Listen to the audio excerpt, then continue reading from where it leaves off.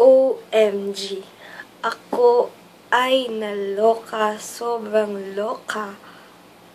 Natutuwa ako. Ba't ganito yung feeling? Hindi ko ma-explain.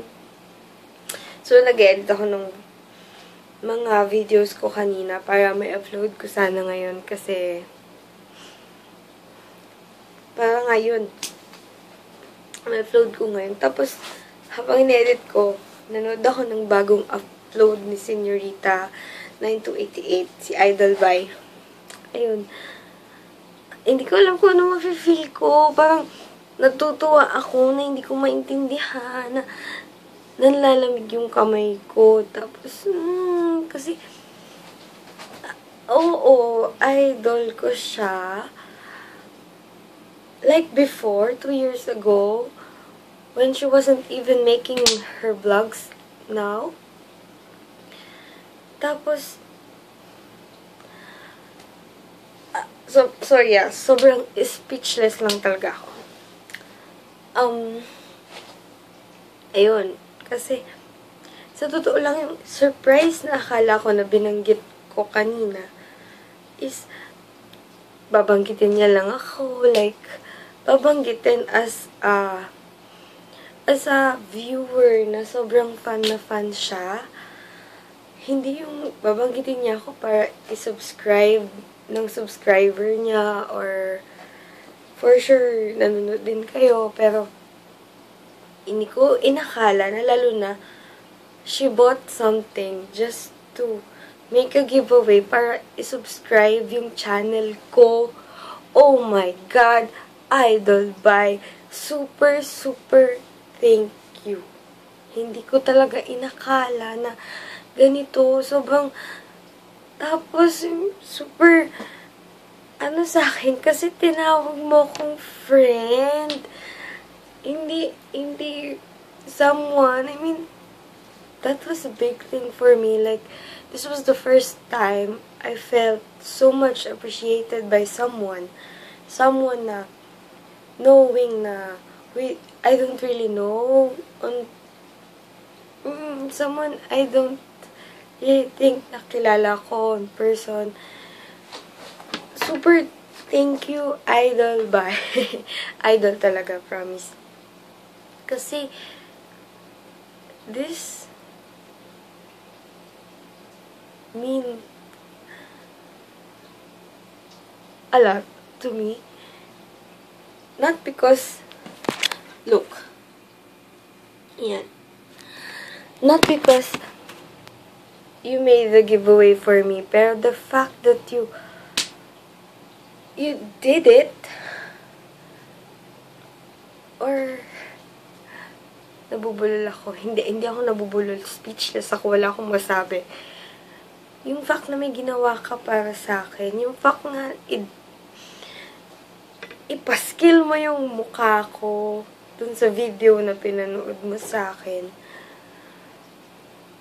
na natuwa ka sa video, sobrang okay na eh. Then, excited akong sabi mo, surprise mo ako. Actually, sa totoo lang, akala kong surprise na gagawin mo yung babanggitin mo ako, shout out, ganun. Pero hindi ko inakala na ganito. So, super thank you. Hands up ako sa'yo. Sobrang bait mo.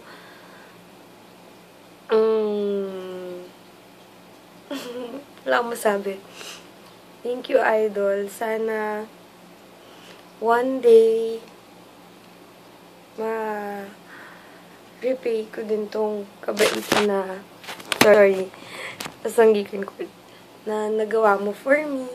So, ayun, maraming salamat. At sa inyong mga viewers ni Idol By, sana suportahan niyo pa siya sa lahat ng videos na gagawin niya. Or sa kahit anuman, pag-pray natin siya. Kasi, like me, na fan lang, na-appreciate niya, diba? So, it means na na-appreciate niya tayo. So, ayun, wala na akong masabi, na speechless ako.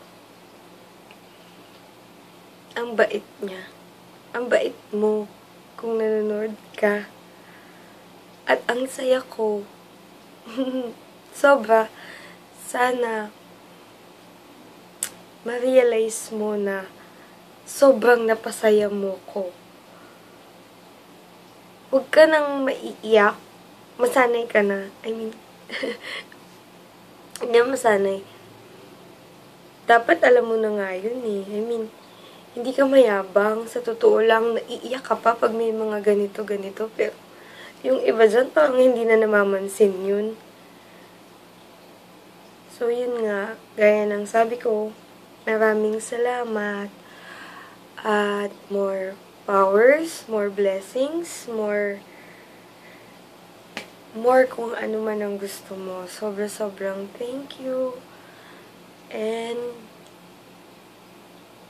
salamat talaga. Wala akong masabi.